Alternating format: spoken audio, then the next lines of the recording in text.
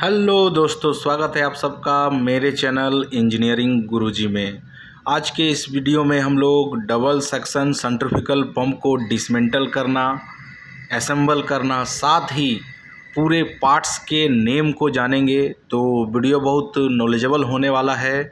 अगर चैनल में नए हैं और वीडियो को पहली बार देख रहे हैं तो अभी तुरंत चैनल को सब्सक्राइब कर लीजिए और बेल आइकन को प्रेस कर दीजिएगा, जिससे आप लोगों को रेगुलर नोटिफिकेशन मिलते रहेगा। चैनल का मेंबरशिप अभी तक अगर ज्वाइन नहीं किए हैं तो अभी तुरंत जाकर मेंबरशिप ज्वाइन कर लीजिए, क्योंकि मेंबर्स के लिए वीडियो अपलोड हो चुके हैं। तो मेंबरशिप ज़रूर ज्वाइन कर लीजिएगा। तो चलिए करते हैं वीडियो को शुरू। वीडियो में बने रहिएगा अंत तक, जिससे आप लोगों को बहुत अच्छा कुछ सीखने मिलेगा। ये कपलिंग है, इसका कपलिंग वगैरह अभी खोल दिए हैं। ये टी टाइप, इसको स्पाइडर बोला जाता है। ये भी आप लोगों को डैमेज दिख रहा होगा, इसको भी रिप्लेस करना पड़ेगा। यहाँ पे देखिए डैमेज हो गया है, इस तरह से कटा हुआ नहीं होता है ये पूरा इसका क्वालिटी सही नहीं है, अभी हार्ड हो गया है अभी, तो इसको हम लोग नहीं लगा सकते। कभी भी स्पाइडर अगर हार्ड हो जाए या इस तरह से मार्किंग आ जाए तो उसको रिप्लेस कर देना है। मैं अच्छा वाला भी दिखा देता हूँ। देखिए इस पर कुछ मार्किंग नहीं है, बट इस पर मार्क बन गया है, तो इसको हम लोग को रिप्लेस करना पड़ेगा। और इसको टी टाइप स्पाइडर बोला जाता है। इसका कपलिंग को हम लोगों ने खोल दिया है। अब इस पंप को डिसमेंटल करना है। इसको डिसमेंटल करने से पहले इसका जो केसिंग का बोल्ट है, ये सारे बोल्ट को आप लोगों को खोल लेना है। जितने नट है उसको खोल लेना है। ये कूलिंग के लिए कूलिंग ट्यूब लगा हुआ है, दोनों तरफ के ग्लैंड को ठंडा करने के लिए ये कूलिंग ट्यूब लगाया जाता है, तो उसको भी खोल लेना है। तभी ये केसिंग का जो कवर है ये आसानी से बाहर आ जाएगा। तो हम इस बोल्ट को भी आप लोगों को लूज कर लेना है। इसको लूज करना है, पूरा नहीं खोलना है। इस तरह से इसको लूज कर लीजिएगा तो इसका कवर जो है आसानी से बाहर आ जाएगा। चारों बोल्ट लगा हुआ रहता है चारों तरफ, तो उसको लूज कर लीजिए सिंपल। उसको पूरा खोलने का ज़रूरत नहीं है। नॉन ड्राइव साइड का भी सेम है, इसको लूज करके हम लोगों ने रखा है। देखिए इसी तरह से 4 बोल्ट से स्टेफन बॉक्स को लॉक किया रहता है, तो उसको आप लोगों को सिंपल लूज कर लेना है। लूज करने के बाद ये स्टेफन बॉक्स के साथ पूरा पंप का सेट बाहर आ जाता है आसानी से। तो उसको खोलने से पहले आप लोगों को कवर को पहले हटा ले देना है, तभी इस स्टेफन बॉक्स को उठाना है। बेल्ट वगैरह लगाकर उठा दीजिएगा तो ये आसानी से बाहर आ जाता है। लेकिन उससे पहले जो केसिंग का कवर है उसको आप लोगों को बाहर निकाल लेना होगा। अभी हम लोगों ने ये एक नया पंप रेडी करके रखा हुआ है। एक हम लोग के पास स्टैंड बाय रहता है, इसका बेयरिंग वगैरह सारा हम लोग रेडी करके रखा हुआ है। इसका मैं पार्ट्स का डिटेल्स फिर से बता देता हूँ। ये डबल सेक्शन इम्पेलर है जो कि दोनों साइड से सक्शन करता है, और इस पे ये स्टेफन बॉक्स है नॉन ड्राइव साइड का। ये हॉजिंग है नॉन ड्राइव साइड का। इसी के अंदर बियरिंग फिट है, बॉल बियरिंग। ये जो देख रहे हैं ये ग्लैंड पैकिंग है और ग्लैंड पुशर इसमें लगा हुआ है। ये ओ रिंग दिया हुआ है एक लीकेज को रोकने के लिए। ये मेन चीज़ है, इसको वेयर रिंग बोला जाता है। वेयर रिंग में देखिए एक डाउल पिन के लिए छेदा रहता है। इसी को आप लोगों को सही से डाउल में बैठाना है। अगर इसको आप लोगों ने सही से नहीं बैठाया तो बहुत ज़्यादा प्रॉब्लम होगा। ये डबल सेक्शन इम्पेलर है जो मैंने बता दिया। इस साइड से भी सक्शन करता है और इस साइड से भी सक्शन करता है और ऊपर से डिस्चार्ज करता है। ये स्लीव है, दोनों साइड में स्लीव लगे हुए हैं, नॉन ड्राइव साइड में भी और ड्राइव साइड में भी। वेयर रिंग भी दोनों साइड में लगे हुए हैं। स्टेफन बॉक्स भी दोनों साइड में लगे हुए हैं। साथ ही ओ रिंग लगा हुआ लीकेज को रोकने के लिए। ये भी ग्लैंड पुशर है और अंदर ग्लैंड पैकिंग लगा हुआ है। इसको वाटर डिफ्लेक्टर या लिक्विड डिफ्लेक्टर बोला जाता है।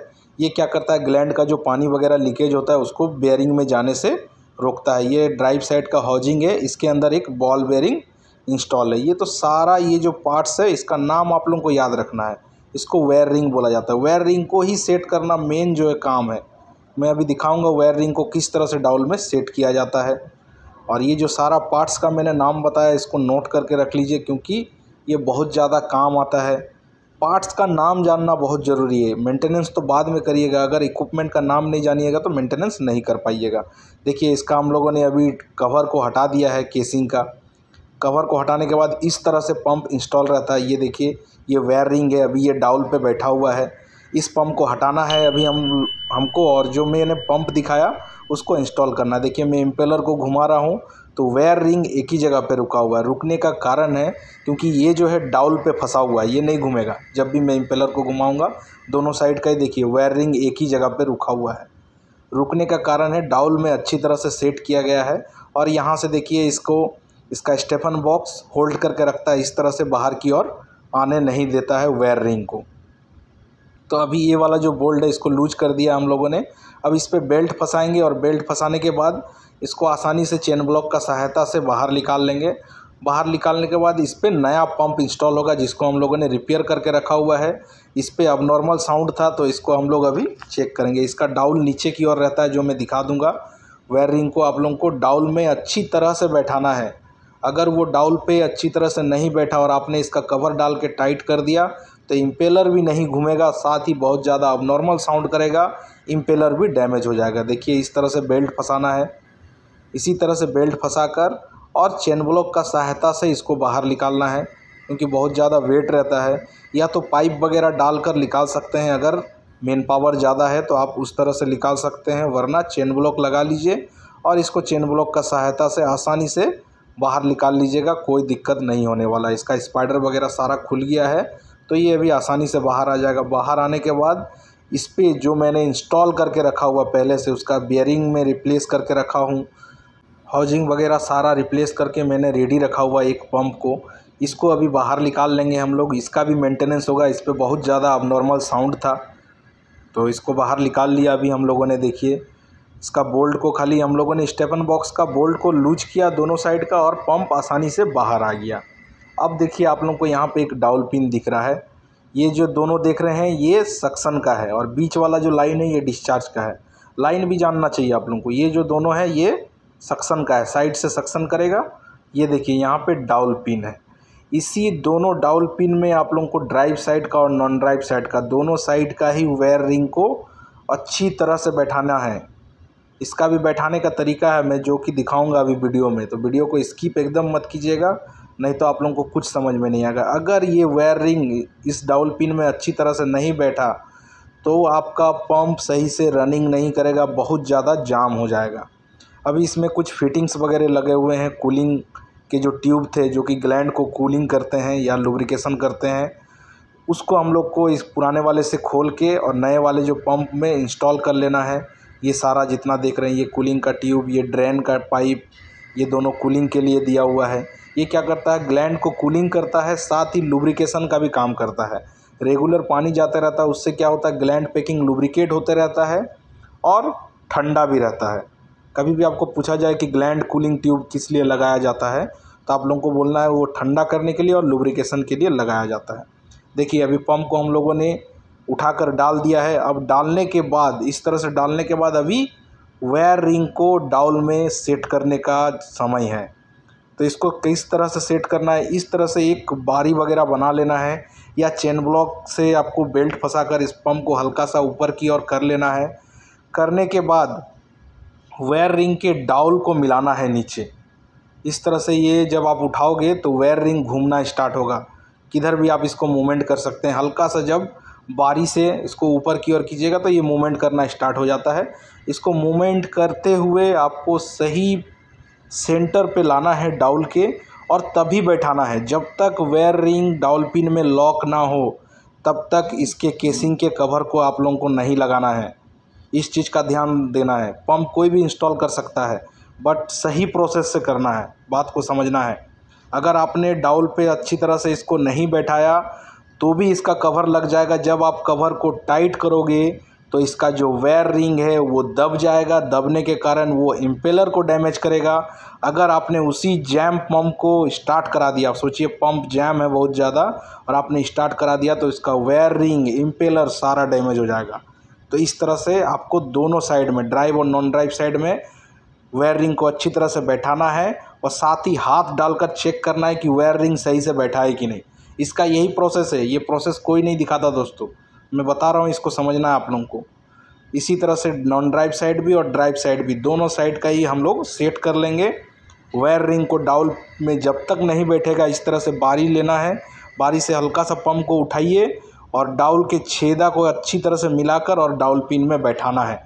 बैठने के बाद हाथ डालकर चेक करना है कि डाउल में बैठा है या नहीं।